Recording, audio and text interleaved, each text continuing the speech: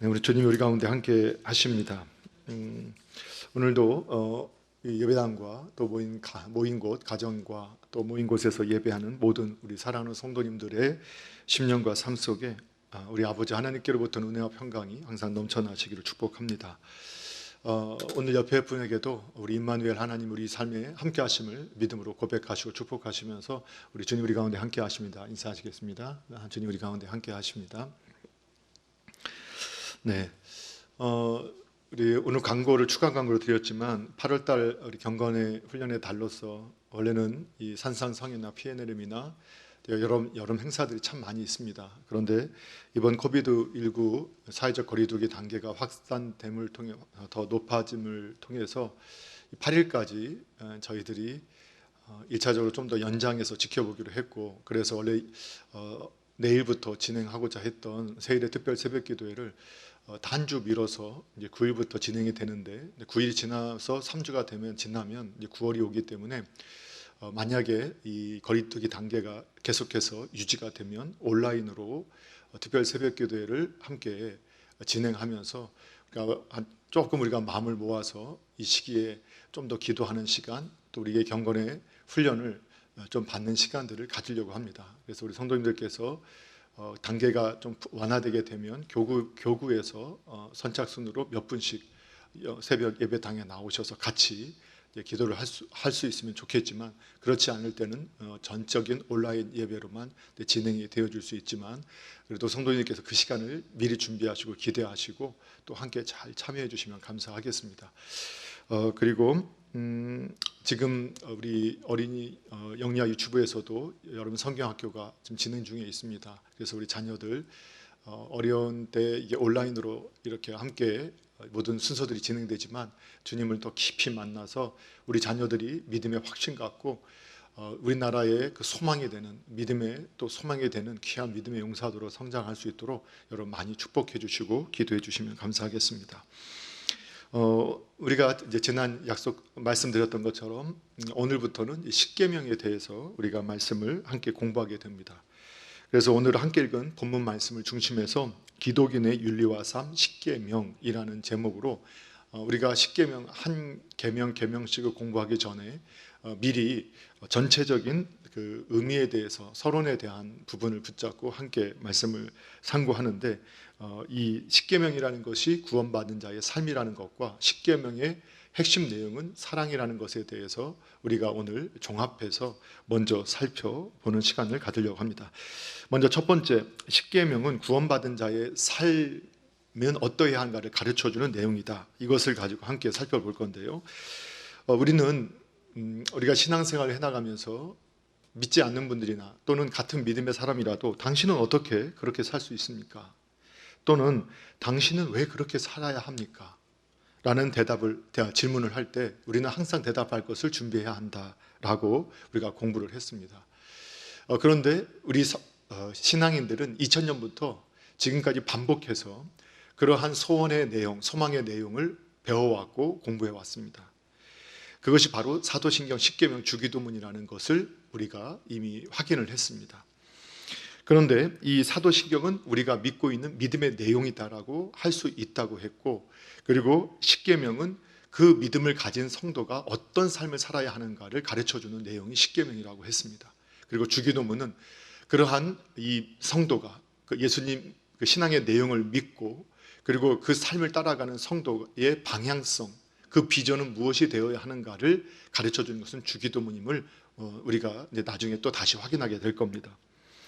그런데 우리 성도님들이 이제 이 신앙의 내용을 함께 공부하고 이제 십계명으로 함께 공부하는 이 순간에 우리가 함께 좀 깨닫게 되는 것이, 어느 순간 이 십계명에 대한 교육이 퇴색되어져 갔다, 그리고 약화되어져 갔다라는 것을 생각하게 됩니다. 물론 우리가 성경 전체를 강의하거나 성경 내용을 들으면서 우리의 삶에 대해서 강조하지 않은 것은 아니지만, 그 삶의 원리에 대한 십계명에 대해서 우리가 공부하거나 다시 이것을 정리한 것이 오래되었다라는 생각을 하게 됩니다. 그러면 그리고 우리가 이제 우리 사도신경 주기도문은 그래도 우리가 예배 시간이라든가 가정 예배 시간에 자주 외우기도 하는데, 십계명을 만약 여기 계신 분들한테 10개의 계명을 순서대로 그대로 한번 말씀해 보세요 라고 하면 자신 있게 말씀할 분들이 많지 않을 것입니다. 오래된 자료이지만 미국에서도 크리스천들을 대상으로 십계명에 대해서 그 10가지 조항을 다 알고 있는 사람을 조사했을 때 채 50%가 되지 않는, 50% 정도밖에 되지 않는, 그리고 순서대로 다 외우는 사람은 더 드물었던 것을 발견할 수 있게 됩니다. 아마 우리 조국교회 성도님들도, 한국교회 성도님들도 거의 비슷한 내용이 아닐까 싶습니다. 어느 순간 주일학교 교육에서도 십계명에 대한 하나하나의 계명의 의미와 그리고 전체의 의미에 대해서 전달하는 내용들이 점점 사라져가고 있는 것도 사실입니다. 그래서 어쩌면 오늘날 교회된 성도님들이 분명히 믿음의 사람이라고 스스로 고백하지만 어떤 사회적인 문제, 그리고 개인의 어떠한 신앙의 문제, 그리고 어떠한 삶의 환경 가운데서 어떻게 대답해야 할지를 알지 못하고 사는, 어떻게 대답하는 것이 옳은가라는 확신을 갖지 못하고 살아가고, 이럴 때는 이렇게, 저럴 때는 저렇게, 이렇게 항상 왔다 갔다 하는, 그래서 자신마저도 나중에는 믿음이 흔들리게 되는 그런 분들을 저희가 자주 보게 된다는 겁니다. 그럼 왜 그럴까? 왜 이렇게 이 십계명에 대한 교육이 쇠퇴되어지고, 또 교회가 이러한 십계명에 대한 이 가르침에 대해서 무감각하게 되어지게 되고 또는 관심이 없게 되었을까? 이제 여러 가지 이유가 있겠지만 크게 두 가지를 살펴볼 수 있습니다. 하나는 바로 이 세상의 문화가 교회에 들어왔기 때문이라고 해석할 수 있습니다. 여러분, 요즘 오늘날의 시대를 이 포스트 모더니즘의 시대다, 그리고 다원주의 시대다라고 이렇게 정의하는 것은 이미 그것도 한 세대가 벌써 지나가는 이러한 시점에 와 있습니다. 이것을 한마디로 말하면 모든 것은 각각의 진리를 갖고 있고, 그리고 모두가 각각 가지고 있는 그 고유한 것들을 인정해야 되고 그것을 서로 수용해야 된다. 그리고 모두가 다 각각의 가치 체계를 가지고 있고 진리를 가지고 있고 그것을 다 수용해야 된다라는 이러한 말들을 저희가 듣게 됩니다. 그래서 이러한 이 상대주의 이 세상 가운데서는 절대 진리 그리고 절대 기준이라는 것은 없다라고 우리에게 가르치고 강요합니다. 예를 들면 이런 거죠. 자, 모든 사람은 피부색과 상관없이 각각 인간이라는 이유만으로도 우리는 서로 존중해야 돼. 이런 것들을 우리가 크리스천으로서 수용합니다. 그거 맞다고 합니다.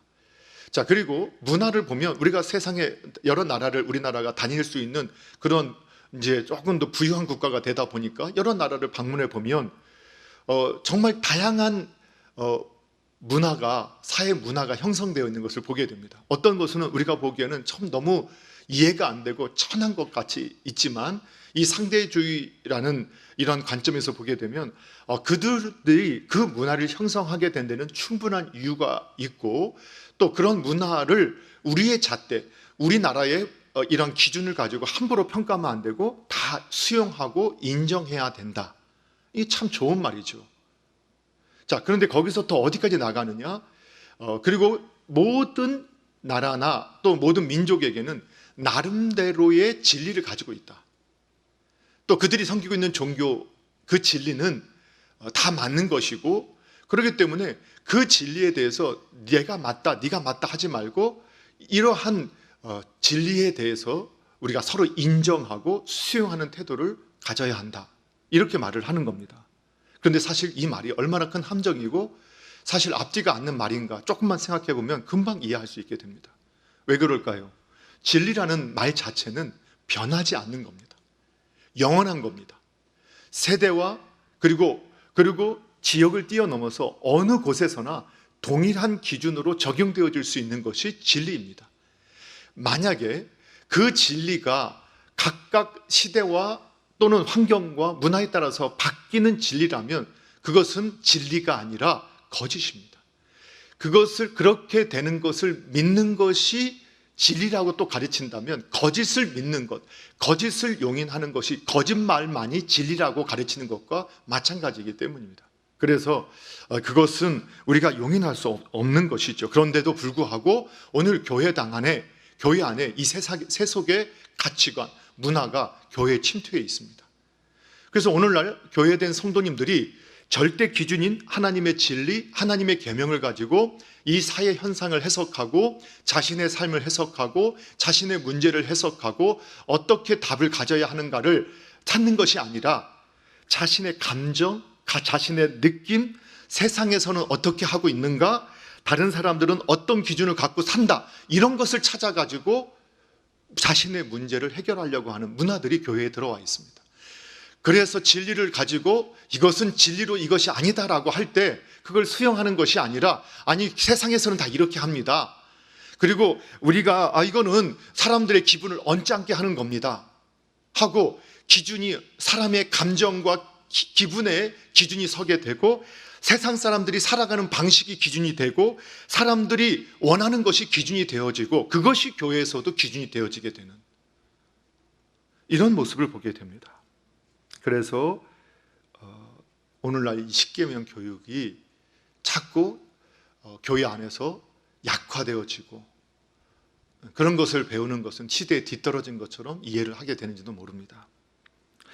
또 한 가지가 이유가 있어요. 그게 뭐냐면 교회된 성도가 믿음의 내용을 잘 모른다는 겁니다. 믿음의 내용을 잘 모른다.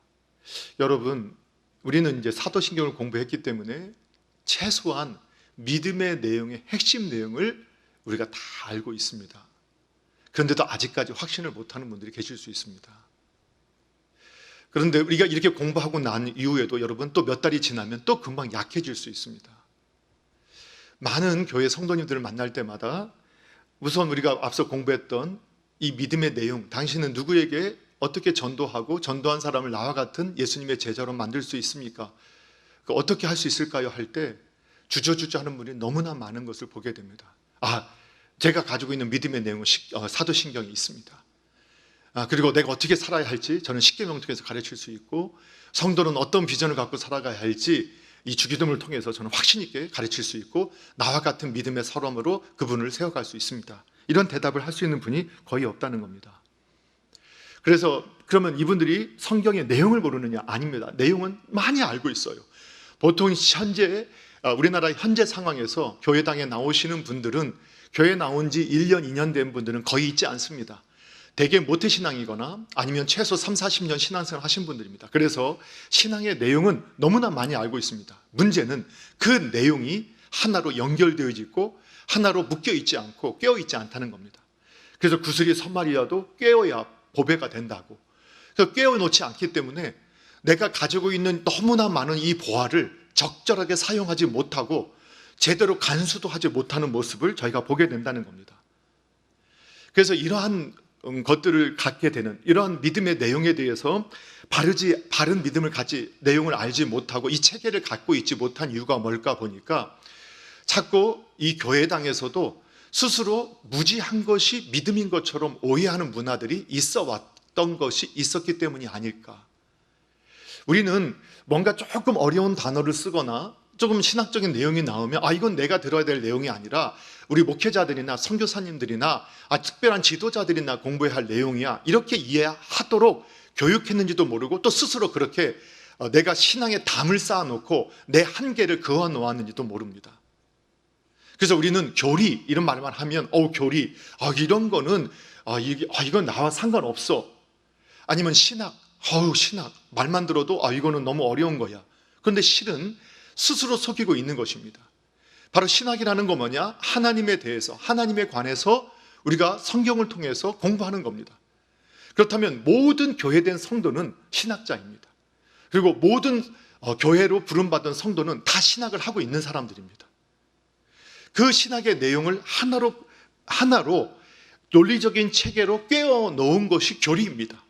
그 교리라는 것, 우리가 말하는 우리 장로교, 교리, 이 신조 같은 것은 바로 아주 검증된, 신앙인이라면 이러한 논리적인 순서로 복음의 내용을 이해하고 또 수용해야 한다라고 오랜 기간 동안 정리된, 그리고 합의된, 이미 확인된 내용들입니다. 그런데 그 체계를 모르고 있어요.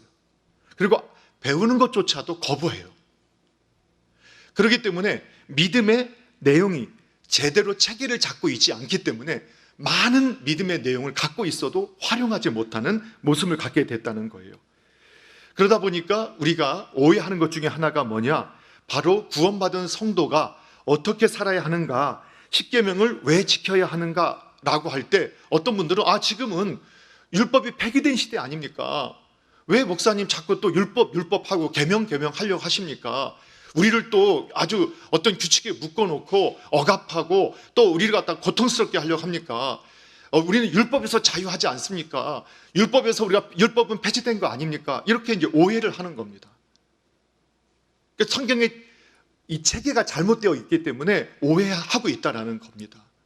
자, 거기에 대해서 그럼 우리가 왜 오늘날도 계명을 지켜야 하고 오늘날 십계명을 우리가 믿음의 삶의 내용으로서 우리가 수용하고 그 십계명을 따라가야 하는가?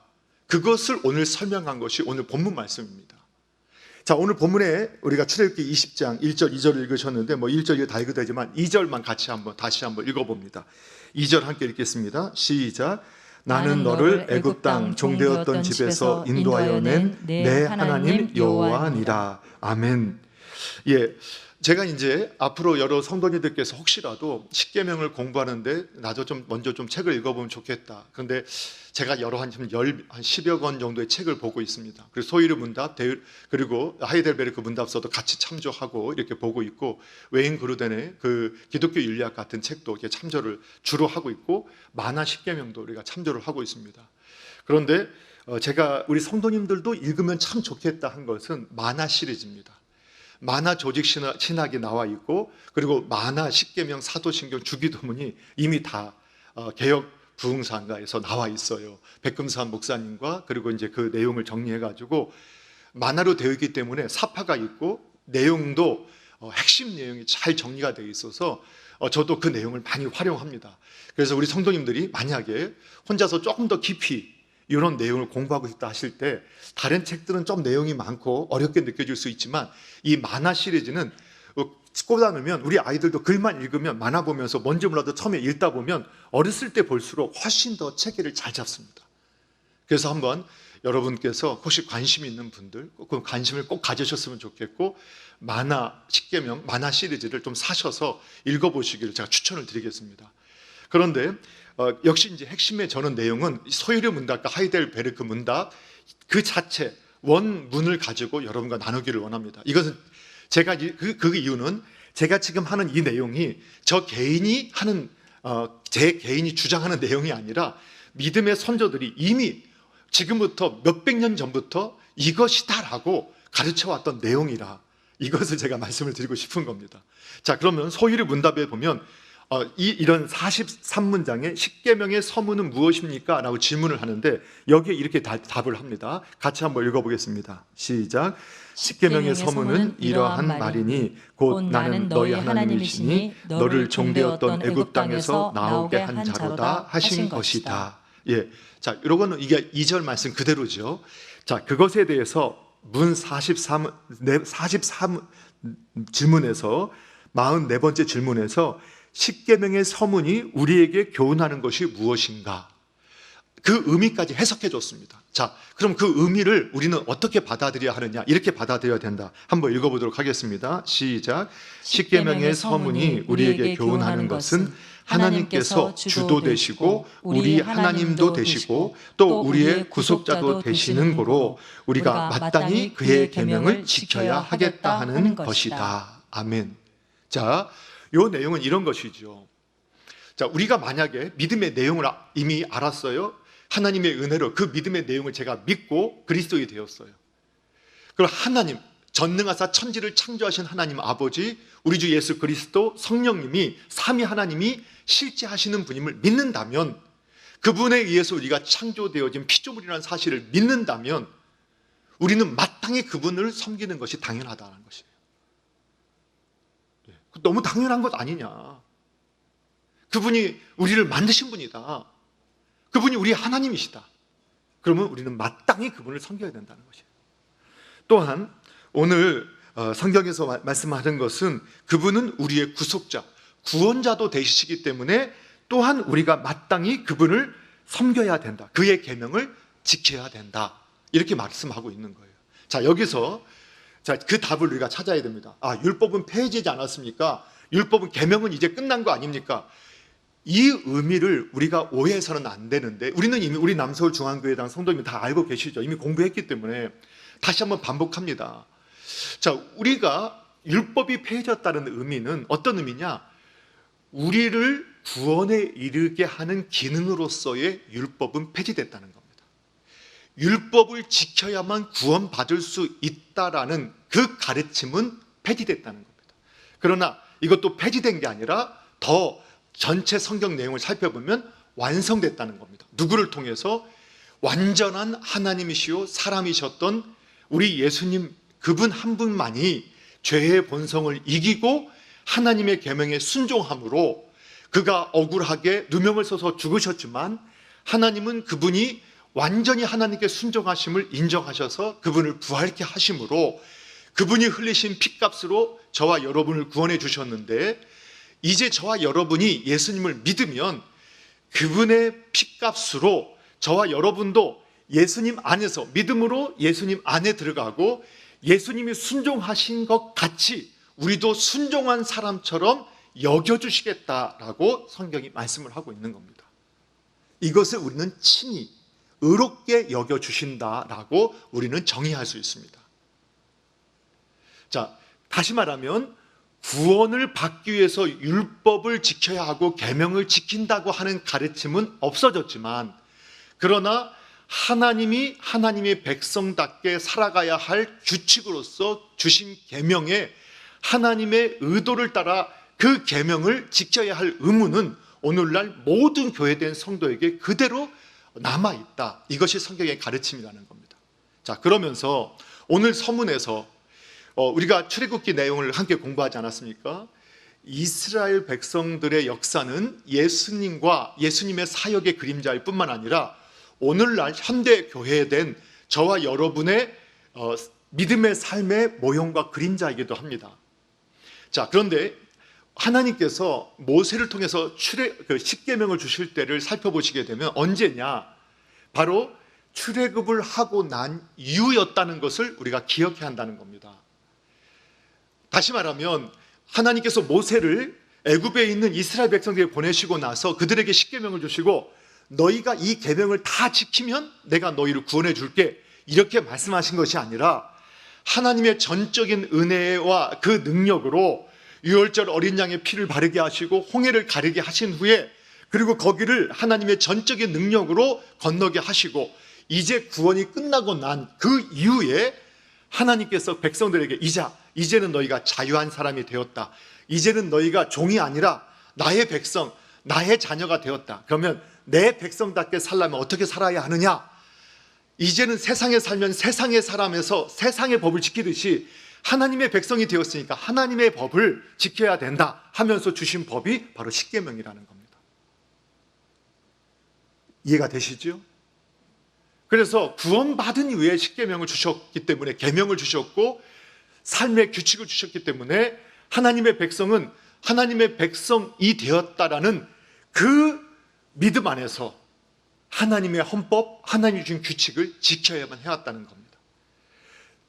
결론을 맺으면, 그래서 구원에 이르는 방법으로서의 계명, 율법은 예수님으로 인해서 완성됐습니다. 죄의 본성을 이기고 하나님의 계명과 율법을 지켜서 완전히 순종할 수 있는 사람은 아무도 없다는 것이 성경의 결론이었습니다. 그래서 그것은 지킬 수 없는 법이기에, 우리가 이룰 수 없는 법이기 때문에 온전히 이루신 예수님의 은혜를 우리가 힘입고, 이제는 구원에 이르게 하는 율법의 순종은, 계명의 순종은 폐기되었다, 완성되었다라고 우리가 설명할 수 있다. 그러나 이제 구원받고 난 이후에 그리스도인들로서 살아가야 할 모습을 가르쳐준 그러한 의도에서의 계명은 지금도 우리에게 유효하다라는 것을 저와 여러분이 확신하셔야 합니다. 그래서 우리 선조들은 뭐라고 표현했습니까? 마땅히 지켜야 한다라고 이렇게 우리에게 말씀했던 것을 여러분 기억하셔야 합니다. 자, 두 번째 우리가 살펴볼 것은 십계명, 그 핵심 원리는 사랑이다. 이걸 살펴보겠습니다. 자, 그런데 이제 그렇게 하게 가기 전에 잠깐 쉬어가는 시간으로 퀴즈를 내겠습니다. 이제 퀴즈가 아니라 우리 같이 한번 좀 제가 암송을 좀 해보겠는데, 우리 10계명 10개 조항을 10개 계명을 우리 같이 한번 외워보면 얼마나 좋겠습니까만, 근데 지금 이제 하다 가면 또 이제 잘 안 되실 것 같아서 오늘은 이제 같이 한번 10개 그 항목을 화면에 띄워드릴 거니까 그냥 쭉 읽어갈 겁니다. 그래서 앞으로 우리 성도님들께서 가정 예배를 드리실 때나 또 이렇게 가정에서 또는 어떤 예배를 드리실 때 우리 주기도 사도신경 하시잖아요. 그 주기도 마치시잖아요. 그 중간에 끝에 한 번 더 우리 10계명도 같이 한번 외워보자, 그리고 순서대로 한번 외워보자 하고 외우실 수 있다면 완전한 조합을 이루시지 않을까 싶습니다. 자, 그런데 오늘은 그냥 먼저 읽어보고 10계명 마칠 동안 이 10계명 다 외울 수 있게 되기를 소원합니다. 순서대로 꼭 외웠으면 좋겠습니다. 자 1계명부터 쭉 읽겠습니다. 시작. 너는 나 외에 다른 신들을 내게 두지 말라. 너를 위하여 새긴 우상을 만들지 말라. 너는 내 하나님 여호와의 이름을 망령되이 일컬지 말라. 안식일을 기억하여 거룩하게 지키라. 내 부모를 공경하라. 살인하지 말지니라. 간음하지 말지니라. 도둑질하지 말지니라. 내 이웃에게 대하여 거짓 증거하지 말지니라. 내 이웃의 집을 탐내지 말지니라. 아멘. 예, 이게 10가지 조항입니다. 나중에 좀 더 자세히 보면 이스라엘의 10계명이 약간 순서가 달라요. 그리고 루터파나 이 카톨릭과 우리 개혁교회가 약간의 10계명의 순서가 차이가 있습니다. 그렇지만 이 10가지 내용은 이 안에 다 있습니다. 자, 그런데 우리가 이 10계명을 우리에게 주셨는데 이 10가지 계명을 우리가 읽어보셨잖아요. 전통적으로도 그렇고 이미 성경에서 예수님께서 이 계명의 원래의 뜻, 이 계명을 주신 의도, 하나님께서 하나님의 백성들에게 헌법을 주신 목적이 뭐냐? 우리는 이 법하면 자꾸 무겁게 느껴지고 뭐 제재하는 것, 물론 여기서도 그러니까 하라 하지 말라로 되어 있으니까 자꾸 나를 통제하고 규제하고 억압하는 것으로 이해를 하지만, 그러나 법의 본질, 하나님께서 이 땅 가운데 인간 세계에 법을 주신 것, 규칙을 주신 것은 우리의 행복을 위해서고 또 우리를 사랑하시기 때문에 서로 사랑하며 사는 법을 가르쳐 주시기 위해서 주셨다는 것을 알아야 합니다. 그래서 교회된 우리 성도님들은 이런 확고한 의식을 갖고 있으셔야 되는데, 그래서 교회 안에서도 규칙을 만들거나 법을 우리가 제정할 때 이 원리가 적용되어야 합니다. 이것은 교회를, 우리가 성도의 자유를 억압하거나 어떤 빼앗는 쪽으로 제재하는 것이 아니고, 그리고 억압하는 것이 아니라 이 성경의 가르침대로 더욱 하나님을 사랑하고 사람을 사랑하기 위한 법을 제정해야 하고 규칙을 제정하도록 노력해야 한다는 겁니다. 또는 우리가 이 세상의 법도 마찬가지입니다. 만약에 이 세상의 법이 또 이 세상에서 규칙을 정하는 것이 진리를 왜곡하고 진리를 떠나 있을 때 그럼 어떻게 해야 되느냐? 우리 교회된 성도님들은 이러한 잘못된 규칙과 규정들이 세워지지 않도록 항거해야 하고 투쟁해야 될 사람들입니다. 그래서 프로테스탄트들입니다. 저항하는 사람들입니다. 하나님의 진리를 왜곡하는 세상 속에서. 그래서 종교개혁 그 분들이 이 시대의 왕정과 그 왕정 통치국가, 그 왕과의 투쟁을 통해서 오늘날 자유민주 체제를 만들어낸 사람들이 누굽니까? 우리 기독교인들입니다. 우리 기독교인들입니다.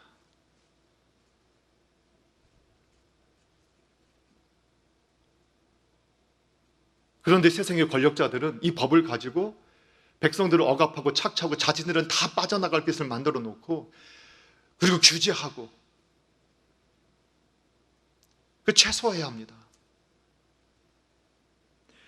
그래서 이 원리, 우리가 규칙과 법을 만들 때 하나님께서 이 법을 주실 때 원리, 사랑의 원리를 우리는 잊어서는 안 됩니다. 우리는 마태복음 22장 35절 이하에서 예수님과 한 율법사의 대화를 통해서 이것을 확인하고 있죠. 너무 자주 인용했죠. 근데 정말 중요한 것은 반복될 수밖에 없습니다. 다 같이 한번 읽어보도록 하겠습니다. 함께 읽겠습니다. 시작. 그 중에 한 율법사가 예수를 시험하여 묻되 선생님, 율법 중에서 어느 계명이 크니까? 예수께서 이르시되 내 마음을 다하고 목숨을 다하고 뜻을 다하여 주 너의 하나님을 사랑하라 하셨으니 이것이 크고 첫째 되는 계명이요 둘째도 그와 같으니 내 이웃을 내 자신과 같이 사랑하라 하셨으니 이 두 계명이 온 율법과 선지자의 강령이니라. 아멘. 예, 10계명이 있어요. 이것을 더 확대하면 613개의 미츠보트라는 규칙이 나와요. 이스라엘 백성들은 이 모세오경에서 613가지의 조항을, 규칙 조항을 찾아냈거든요. 그것이 의식법, 사회법, 종교법 다양하게, 그래서 613가지 규칙이 있다고 해요. 그런데 이 내용을 하나로 묶으면 10계명, 10개의 조항으로 묶여지는 10계명이 됩니다. 그런데 10계명을 또 묶으면 1계명부터 4계명까지는 하나님을 사랑하는 법, 그리고 5계명부터 10계명까지는 사람을 사랑하는 법, 이렇게 우리가 정의할 수 있다는 겁니다. 그래서 예수님께서 그걸 확증해 주신 거예요. 율법의 내용은 10계명, 계명은 그 본뜻이, 그 핵심 내용이 뭐냐, 그 원뜻이 뭐냐, 다른 데 있는 것이 아니라 하나님 사랑, 이웃 사랑이다. 예. 그래서 예전에 이제 공부하실 때 10계명 하나님께서 친히 그래서 두 돌판에 새겨줬잖아요. 그렇기 때문에 영원히 우리가 지켜야 할 내용이다. 크리스천이라면. 그래서 보통 많은 분들이 1계명부터 4계명까지는 한 돌판에, 두 번째 돌판에 5계명부터 10계명까지 이렇게 써 있다라고 예측을 했지만, 오늘날 보면 계약 방식으로 계약서를 뜰 때 2장을 쓰듯이 두 돌판에는 10개의 조항이 다 써 있었을 것이다, 이렇게 하는데, 그건 성경에 나오지 않은 거라서 어떤 거냐 할 때 이것이 정답이다 말할 수는 없어요. 그렇지만 그냥 상식적인 선에서 우리가 그 정도는 알고 있으면 좋을 것 같습니다. 자, 그런데 하나님께서는 이 계명의 율법의 본뜻을 다시 한번 사도 바울을 통해서 성경을 기록하게 하실 때 로마서에서 이렇게 기록하게 하셨어요. 로마서 우리 13장 8절부터 10절까지도 한번 읽어보겠습니다. 시작. 피차 사랑의 빛 외에는 아무에게든지 아무 빚도 지지 말라. 남을 사랑하는 자는 율법을 다 이루었느니라. 간음하지 말라, 살인하지 말라, 도둑질하지 말라, 탐내지 말라 한 것과 그 외에 다른 계명이 있을지라도 내 이웃을 내 자신과 같이 사랑하라 하신 그 말씀 가운데 다 들었느니라. 사랑은 이웃에게 악을 행하지 아니하나니 그러므로 사랑은 율법의 완성이니라. 아멘. 예. 역시 이제 자 보십시오. 613가지의 미츠보트 조항이 있어요. 그 조항을 압축하면 10개 10계명으로 요약됩니다. 그 10계명을 또 압축하면 1계명부터 4계명 하나님 사랑, 5계명에서 10계명까지 사람 사랑, 그것을 다시 한마디로 묶으면 사랑이라는 하나의 단어로 압축된다는 겁니다. 그러니까 계명 왜 주셨느냐, 우리가 계명을 왜 지키냐, 사랑하기 위해서. 하나님을 사랑하고 이웃을 사랑하는 것을 우리가 못해요, 우리 죄의 본성이.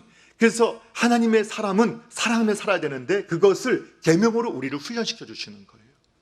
자, 그래서 그러면 알겠습니다. 이제 오늘부터 제가 사랑하며 살면 되겠네요. 그러면 제가 이런 계명을 따라서 착하게 선하게 선행을 베풀면서 살면 되겠네요. 아닙니다. 이것도 잘 오해할 수 있어요. 그러면서 우리는 착하다라는 의미, 사랑하며 산다는 의미를 어떤 식으로 많이 오해하는가? 이거는 제가 이제 이해하는 방식인데, 이 세상의 문화에서 이런 말 있잖아요. 술에 술 탄 듯 물에 물 탄 듯 사는 사람들, 이래도 좋고 저래도 좋은 사는 사람들. 오늘날 이런 사람들을 우리는 착한 사람, 선한 사람, 사랑이 많은 사람으로 오해하고 있는 것 같아요. 그래서 크리스천들한테 이 세상도 야, 너 교회 다닌다면서 그럼 착해야지, 내 요구 들어줘야지, 야, 너 그렇게 말하면 안 되지 하면서 입을 막는 수단으로 사용하는 것 같이 느껴져요. 잘못됐다는 거죠. 그래서 참 우리 믿음의 선조들이 이런 걸 다 알고 있었던 것 같아요. 그래서 우리 하이델베르크 문답서에 보게 되면 제91문항에서 이렇게 질문하고 있어요. 그러면 선행이란 무엇입니까? 이 말하면 그러면 사랑이란 무엇입니까? 이 질문과 똑같거든요. 그러면 이 사랑이란 무엇이냐, 선행이란 무엇입니까? 여기에 대해서 우리는 어떻게 대답을 해야 되느냐, 우리 같이 한번 읽어보도록 하겠습니다. 자, 함께 읽겠습니다. 시작. 그것은 오직 참된 믿음과 하나님의 영광을 위하여 하나님의 율법에 따라 행하는 것이며 우리 자신의 견해나 인간이 만든 규정에 따라 행하는 것이 아닙니다. 정말 놀라운 말씀을 이미 지금으로부터 300년 이미 전에, 300년도 전에 이미 우리 선조들이 이러한 것들을 정리해놨다는 거예요. 왜냐하면 믿음의 진리는 똑같으니까, 진리는 변하지 않으니까 이것이 오늘날 우리에게 그대로 적용된다는 거예요. 자, 선행이 어떻게 하는 게 선행입니까? 어떤 것이 사랑하며 사는 겁니까?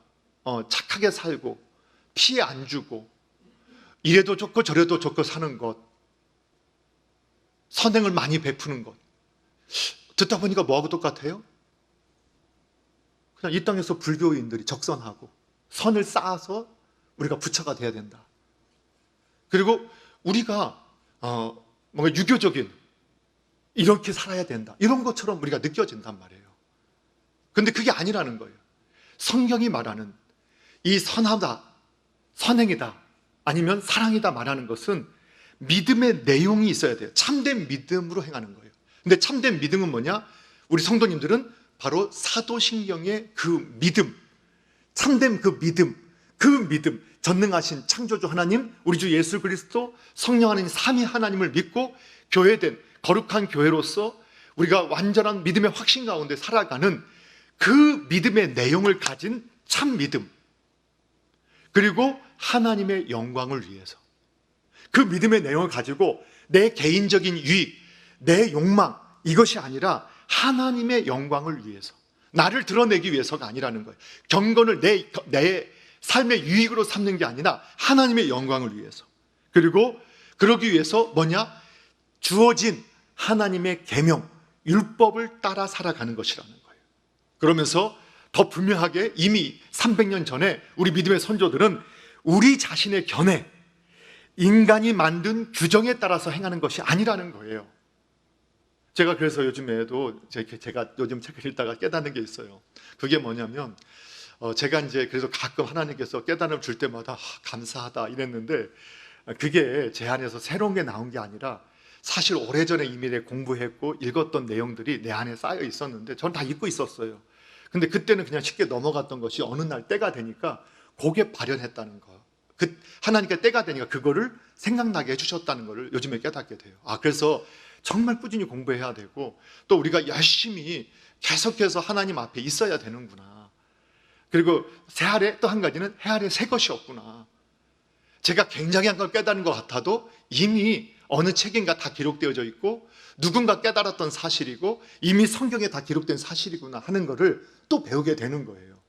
자, 그런데 그래서 제가 예전에도 여러분, 선하게 산다는 것은 이 세상의 윤리 도덕을 지키는 것이 아니라 하나님 말씀 따라 사는 것입니다. 이것을 더 풀어서 참된 믿음과 하나님의 영광과 하나님의 계명을 따라서 자신의 견해나 사람이 만든 규정을 따라 행하는 것이 아니다, 정확하게 이것이 바로 믿음의 행위, 선행, 사랑이다라고 정의해 주는 거예요. 그렇다면 우리가 사랑이라고 말을 하지만 이 기준을 벗어나면 사랑이 아니고, 우리가 선행이라고 하지만 이것을 벗어나면 선행이 아니라는 거예요. 자, 아주 제가 겪었던, 이것도 너무 오래된 얘기긴 하지만 저는 믿지 않는 가정에서 자라났기 때문에 예수님 믿고 나서 가장 어려웠던 게 뭐냐? 제사 지내는 문제였어요. 근데 저보다 우리 믿음에 앞선 한 세대, 두 세대는 이 제사 문제 때문에 자신의 마을에서 쫓겨나요. 그 초대교회 우리 어르신, 우리 귀한 어른분들의 신앙의 간증문을 읽다 보면 예수님 믿는 것 때문에 고향에서 쫓겨나요. 재산도 하나도 못 갖고 쫓겨나요, 그 가족이. 그래서 충청도에서 예수님을 믿었는데 거기서 쫓겨나서 강원도에 가서 살고, 경상도에 가서 살고, 전라도 가서 살고, 아무 기반 없이. 그래서 남의 집 가서 머슴살이 하면서 신앙생활, 밥만 먹여주면, 나 신앙을 지키기 위해서 밥만 먹여주면 평생 노예로 거기서 종으로 살면서 그렇게 신앙생활 했던 분들이 있는 거예요. 심지어는 그것 때문에 순교도 당하셨단 말이에요. 자, 그러면 우리나라의 문화에서 제사를 드리는 것은 최고의 효예요. 그렇죠? 우리 그렇게 배워왔어요.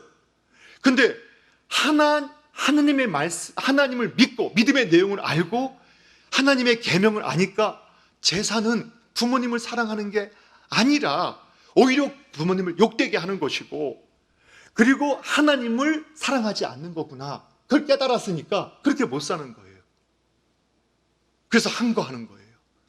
이게 투쟁하듯이 싸우는 게 아니라 그거를 피하게 되고, 그것을 없애려고 노력하게 되고, 그것을 피하려고 또 그것을 싸워서 결국은 없애게 되는 그 과정을 겪는 거예요. 이게 바로 프로테스탄트의 정신, 개혁교회의 정신이었단 말입니다. 그래서 이것이 세상에서는 아름다운 것이고 윤리 없고 도덕인데 하나님의 기준에서 벗어나는 순간 크리스천들한테는 더 이상 그것은 윤리가 아니고 도덕이 아니고 선한 가치가 아닌 거예요. 예, 그래서 오늘날 성에 대한 가치, 앞으로 이 윤리에 대한 도덕주의에 대한 가치 같은 경우도 우리의 기준이 아니라 하나님의 기준으로요. 그래서 부모님을 이렇게 효도하라. 이 기준은, 성경이 말하는 기준은 이 세상에서 윤리가 가르치는 그 수준을 뛰어넘는 수준입니다.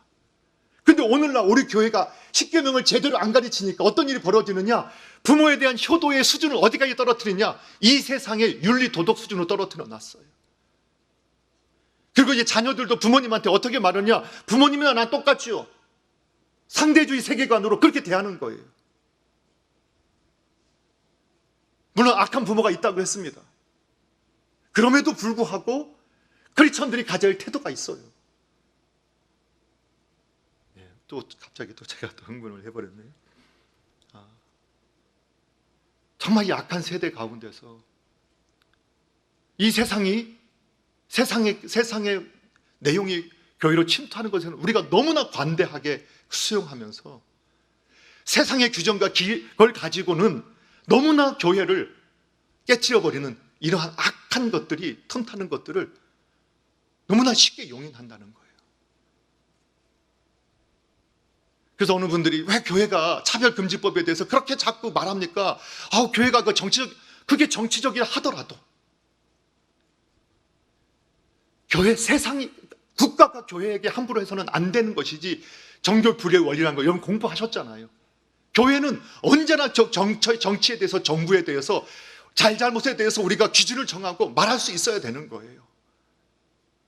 이것이 바로 우리 국가를 타락하게 만들 것이고 우리의 민족의 미래를 어둡게 할 것이라는 이 확신을 교회가 가지고 있어야 됩니다. 그리고 그것에 대해서 자신 있게 우리는 반대 표시를 해야 되고 이것들이 통과하지 않도록 끝까지 항거하는 모습을 보여줘야 됩니다. 그것이 바로 하나님의 기준을 가지고 있는 프로테스탄트, 우리 개혁 교회들이 해야 할 모습이라는 거예요. 자, 오늘 이제 결론을 좀 내려가겠습니다. 그래서 기준이 어디에 있는가? 하나님의 계명을 따라 하나님의 영광을 위해서 그 기준을 따라가는 것이 선행입니다. 세상의 윤리 도덕, 그것을 성경의 진리, 하나님의 계명으로 다시 해석해야 됩니다. 그래서 우리 남서울중앙교회당 안에서는 이 하나님의 법이 굳건히 세워져서 정말 세속의 문화가 틈타지 않는 건강한 교회로 앞으로 이 세상 속에 참 교회의 모습을 회복하고 세워가는 일에 아름답게 쓰임받았으면 좋겠습니다. 이제 마지막 결론으로 우리가 볼 때요, 이 십계명을 공부하다 보면 계명에도요 이 가치 체계에 우선순위가 있다는 것을 배우게 돼요. 이것이 이제 큰 틀에서 미리 공부하고 나가야 되는데 이게 무슨 말이냐면 십계명 계명 같은 규칙이고 같은 계명에도 우리나라도 헌법이 가장 크잖아요, 그렇죠? 그 다음에 헌법 아래 뭐가 있죠? 예, 법령이 또 있죠. 그 다음에 법령을 또 규칙을 정해서 또 따라가지 맞죠? 하여튼 뭐 그런 체제도 있어요. 마찬가지로 우리 이 하나님의 십계명 안에서도 최우선법이 있어요. 헌법도 제1조 1항이 가장 중요하잖아요. 마찬가지로 십계명도 이 제1항이 가장 중요해요. 이 1항이 전체 내용을 포함합니다. 그래서 순서가 어떻게 되느냐? 1계명부터 10계명까지 중요도가 앞에 있다는 거예요. 그래서 우리가 법을 어기면 제재를 받고 형벌을 받지 않습니까? 그래서 이 10계명을 어기면 분명히 성경에서도 제재하고 형벌을 내리는데 1계명부터 6계명까지는 사형을 내립니다.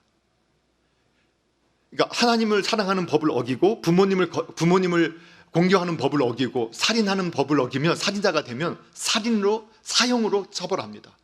그러나 이 살인자라도 살인을 했더라도 정상을 참작해서 6계명 살인자라 하더라도 살인에 대해서는 사형을 할 수도 있고 안 할 수도 있게 되어집니다. 그리고 간음, 도둑질 뒤로 내려갈수록 그 제재가 완화됩니다. 그걸 통해서 어떤 법이 더 우선되느냐? 하나님 사랑법이 더 우선하고 그리고 앞선 법이 우선한다는 걸 가르쳐줍니다. 그걸 통해서 우리가 확인하게 되는 게 크리스천들의 의식 구조에는 어떤 체계가 이루어져야 되느냐, 이 십계명을 우리 가르쳐주는 거예요. 한번 그 도표 보여주시겠어요? 자, 첫 번째가 뭐냐? 하나님이라는 거예요. 우리가 살아가는 이 십계명은 하나님과 공동체 생명, 성, 재산에 대한 규정과 규칙이 나와 있습니다. 그러면 가장 우선되는 게 뭐냐? 하나님이라는 거예요. 하나님을 가장 귀하게 여겨야 되는 거예요. 하나님의 뜻을, 그리고 하나님이 우리에게 허락하신 믿음의 공동체를 또 가장 귀하게 여겨야 하는 거예요. 그래서 크리스천들은 공동체를 섬기는 사람들이에요. 교회를 섬기는 사람들이죠. 그리고 나서 중요한 게 뭐냐? 생명의 가치, 그 다음에 성의 가치, 그리고 재산의 가치예요. 여러분, 이것이 쓸데없다는 게 아니라 다 중요한 것들이에요. 그런데 가장 우선적인 가치가 하나님이 돼야 하고, 그 다음에 공동체가 돼야 하고, 생명, 성, 재산이 돼야 된다는 거예요. 그래서 성경에서는 이렇게 하나님을 거역하고 공동체를 깨트릴 때는 사형, 하나님께서 엄하게 처벌하셨지만 뒤로 갈수록 좀 더 완화되면서 개선할 기회들을 줬던 것을 보여준단 말이에요. 책망하고 꾸짖으시고. 이해가 되시나요?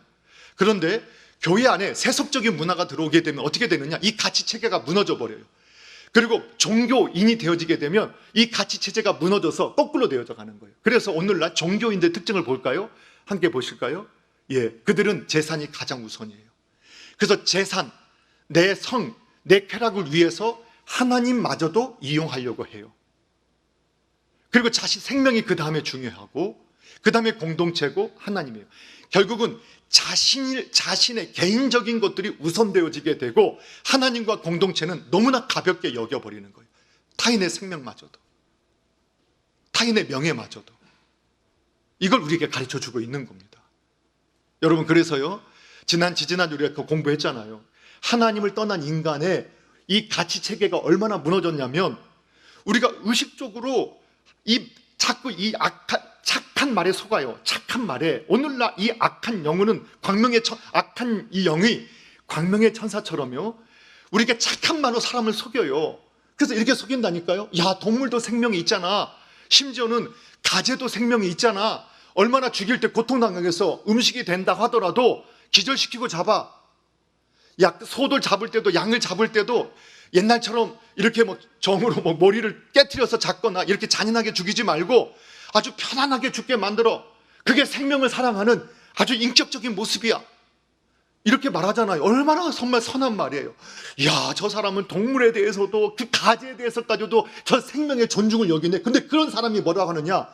그 가재를 함부로 잡았다고 그 사람을 모욕하고 모독하고 저주하는 모습을 보인단 말이에요. 가치가 전도되어 있어요. 그리고 그게 전도되었던 사실조차도 몰라요. 강아지를 사랑하는 게 얼마나 아름다운 모습이에요. 근데 자기 강아지가 아프다고 사람을 두드려서 막 폭력을 행사하는데 그걸 당연하게 여긴단 말이에요. 얼마나 가치가 전도돼요. 그런데 심지어는 그것이 옳다라고 말하는 세계가 되었다는 거예요. 왜 그럴까요? 진리의 체계가 없어요. 그리고 어떻게 살아야 하는지 그 기준이 다 무너져 버렸다는 거예요. 이제 우리 교회는, 저와 여러분은 구원받은 성도들로서 이 하나님께서 세운 가치 체계, 십계명을 우리 믿음의 삶의 가치를 진리로 바로 세워갈 수 있게 되기를 바랍니다. 앞으로 이제 다음 주부터 십계명 한 계명씩을 살펴보게 될 텐데, 믿음의 삶에 대해서 우리 다시 한번 점검해 보시기 바랍니다. 정말 나는 하나님의 말씀, 계명을 기준으로 가지고 살아갔는가? 아니면 그냥 세상의 가치 체계를 가지고 그렇게 살아왔는가? 그리고 이번에 십계명 함께 공부해 가면서 바른 진리의 기준을 세워가고, 또 우리가 좋은 이 하나님 나라의 백성으로의 법을 회복함을 통해서 정말 저희를 통해서 우리 이 땅이, 조국 교회가 열방이 회복되어져 가는 그런 일에 저희가 쓰임받게 되는 그런 꿈을 한번 꿔봤으면 좋겠습니다. 그런 은혜가 오늘 이 시간에 함께하는 모든 분들이 함께하기를 주님의 이름으로 축복합니다. 기도하겠습니다. 하나님 아버지, 감사합니다. 오늘 저희들에게 정말 참 믿음을 주시고, 이제 성도로서, 교회로서, 또 믿는 사람으로서 어떻게 살아가야 하는지 분명한 주님의 계명을 허락하신 것을 또 알게 하여 주시고, 다시 깨닫게 해 주시고, 또 믿게 해 주신 것 감사합니다. 우리 남서울 중앙교회당의 모든 주의 권속들이 진리 안에서 자유하게 하시고, 그 계명이 우리를 사랑해 주신 것이고 우리의 행복을 위해 주신 것임을 확신하며, 우리가 말씀을 따라 저 주님 안에 살 때 가장 큰 행복을 누리는 것을 경험하게 하여 주시고 또 그것을 세상에 전할 수 있는 우리 모두가 되게 하여 주시옵소서. 예수님의 이름으로 기도합니다. 아멘.